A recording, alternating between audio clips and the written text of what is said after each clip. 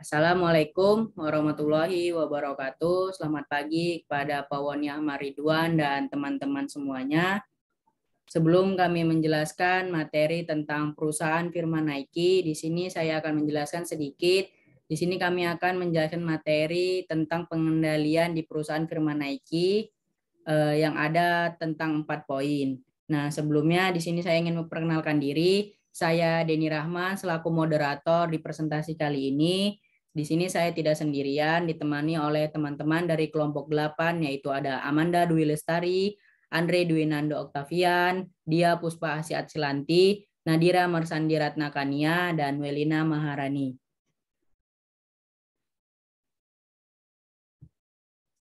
Nah, langsung saja kita masuki materi yang pertama mengenai standar dan metode pengukuran prestasi kerja di perusahaan firma Nike yang akan disampaikan oleh Amanda Dwi Lestari. Pada Amanda, dipersilahkan. Saya akan menjelaskan tentang standar dan metode pengukur prestasi kerja. Aspek yang berpengaruh pada penetapan saat penilaian adalah lamanya siklus dan tanggal penilaian. Tujuan dari penilaian ini yaitu komunikasi dan evaluasi, yaitu kinerja saat ini atau periode kerja. Yang kedua ada promosi, yaitu beberapa periode penilaian. Yang ketiga ada metode titik fokus, yaitu seluruh karyawan dinilai pada periode yang sama, biasa di akhir tahun. Selanjutnya ada keberhasilan pendekatan yang tergantung pada 3 hal, yaitu yang pertama ada kepemimpinan, pemimpin pabrik, menggunakan ramping untuk memahami tuas yang mengarah pada kinerja bisnis yang lebih baik. Yang kedua ada orang, pekerja terlibat dan diaktifkan untuk mendorong kesuksesan bisnis melalui perbaikan terus-menerus dan lingkungan kerja yang lebih kolaboratif. Yang terakhir ada proses. Proses pabrik dapat diprediksi dan tangkas dalam menanggapi permintaan pelanggan. Selanjutnya akan disampaikan oleh Welina Maharani. Pada Welina dipersilakan. Tidak semua perencanaan bisa berjalan dengan baik karena pengukuran kinerja SDM di perusahaan Nike tidak dapat dilakukan dengan akurat dan pasti waktunya. Manajemen SDM di perusahaan Nike juga sangat terkait pada biaya produksi yang harus dikeluarkan oleh perusahaan, terutama untuk gaji pegawai.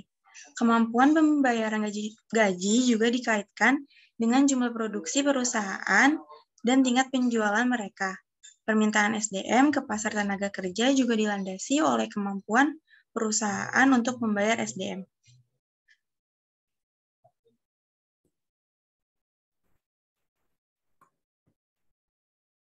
Selanjutnya, tentang pengukuran prestasi kerja dilaksanakan setiap periodenya yang akan disampaikan oleh Dia Puspa Atslanti. Kepada Dia, dipersilakan.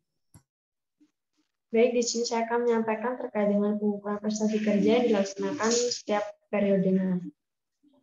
Nikein kegiatan pelatihan dipandang sebagai awal, yaitu dengan diadakannya proses orientasi yang kemudian dilanjutkan secara berkelanjutan sesama pegawai tersebut berada di dalam organisasi, sehingga diharapkan akan terjadi peningkatan kualitas karyawan dalam hal wawasan dan juga keterampilan. Selanjutnya akan disampaikan oleh Andre Dwi Nando Oktavian. Kepada Andre, dipersilakan.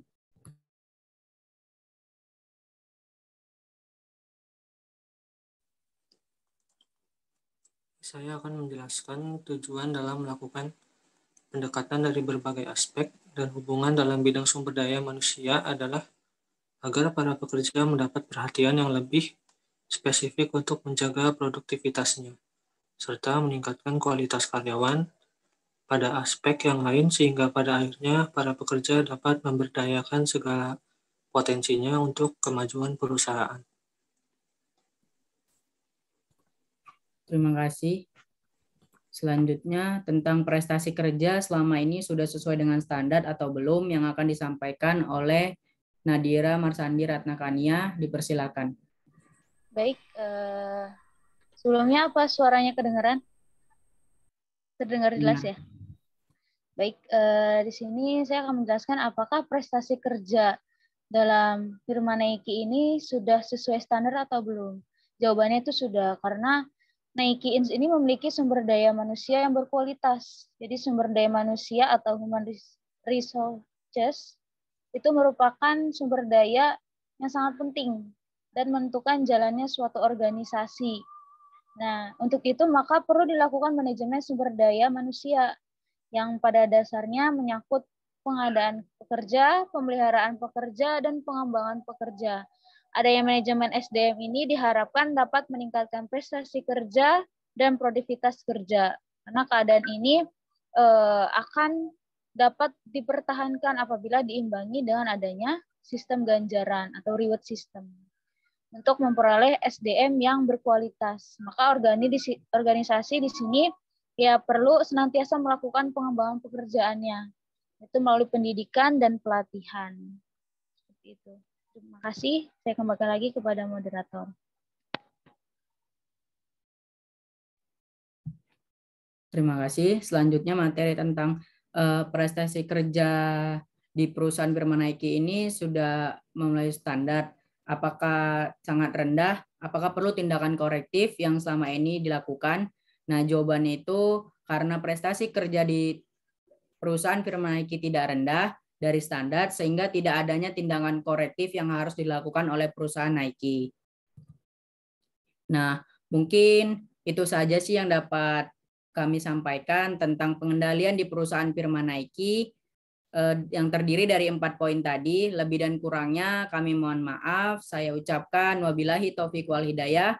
Wassalamualaikum warahmatullahi wabarakatuh. Selamat pagi semuanya.